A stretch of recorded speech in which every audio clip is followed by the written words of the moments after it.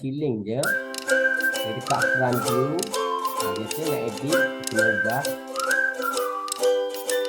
Okey. Ini cara paling tadi tak apply lagi.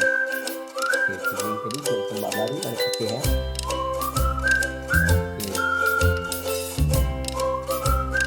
Ini cara yang paling basic lah nak edit je. Okey.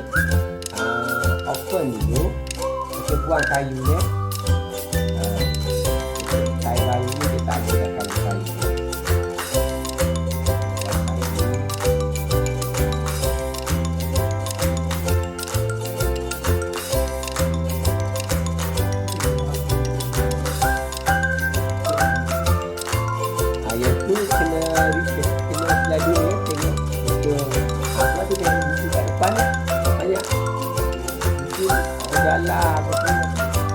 Tengoklah majalah-majalah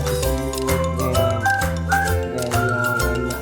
Tapi brand kalau designer pun sebab dia spesifik, dia tak ada spesifik ni. Yang penting kita tahu klien kita tu jenis macam mana. Kita nak fokus pada klien macam mana.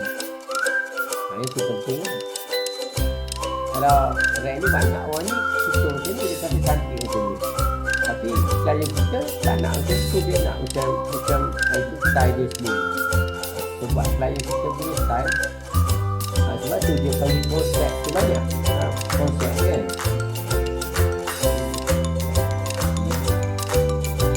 Ini cara yang paling simple lah. Nak ni kita tekan dulu point.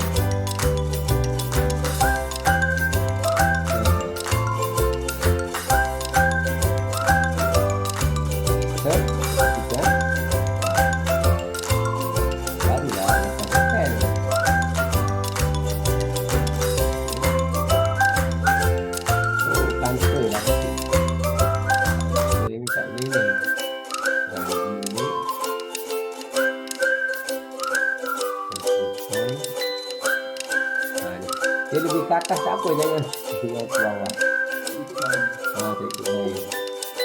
Ni biar dia cover habis.